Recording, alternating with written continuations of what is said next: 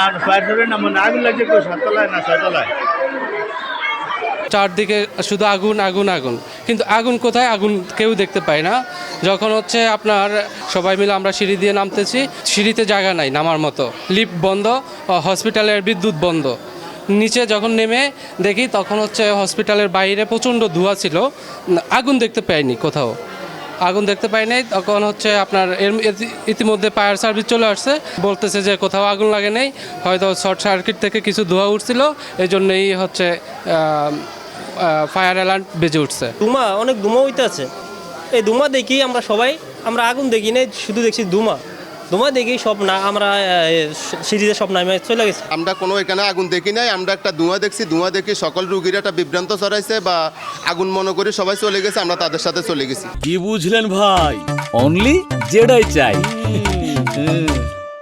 আমরা এই জায়গায় সবাই বসে রয়েছি, যার যার শিশু করে নিয়ে যে যার মতো করে বসে রয়েছি। হঠাৎ করে দেখি যে ওদিক থেকে অনেক ধোঁয়া আসতেছে, আইসার রুম পুরো অন্ধকার হয়ে গেছে, আমরা কেউ চিনতে পারি না এরকমের।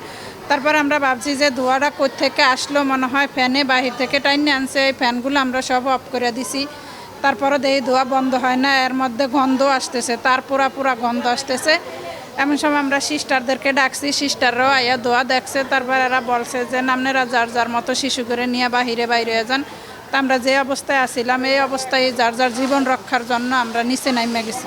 কে বা কারা ফায়ার অ্যালার্মে চাপ দিছে, চাপ দেওয়ার কারণে ফায়ার অ্যালার্ম বেজে উঠছে। বেজে ওঠার কারণেই সবার মনে একটা আতঙ্ক তৈরি হয়েছে যে আগুন লাগছে।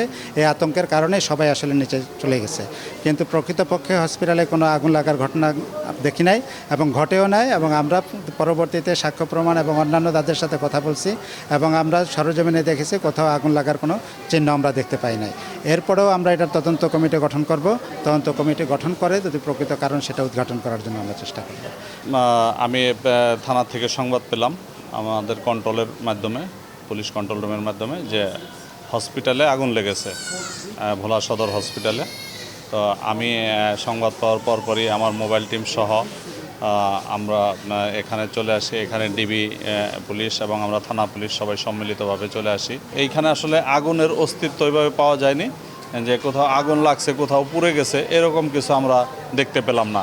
তবে কোনো পেশেন্ট বলতেছে যে ধোঁয়া দেখছে, তো সেটা আসলে আতঙ্কিত হয়ে বলতেছে না প্রকৃতপক্ষেই ধোঁয়া ছিল, এটা আসলে তদন্ত সাপেক্ষে জানা যাবে। এখন বর্তমানে সকল পেশেন্ট তাদের নিজ নিজ বেডে আছে, এটাই আমাদের বক্তব্য। আর যদি এর পিছনে কোনো প্রকার কোনো অন্যরকম কোনো কিছু তদন্ত করে পাই, আমরা সেই অনুযায়ী আমরা ব্যবস্থা নেব এবং দেখব।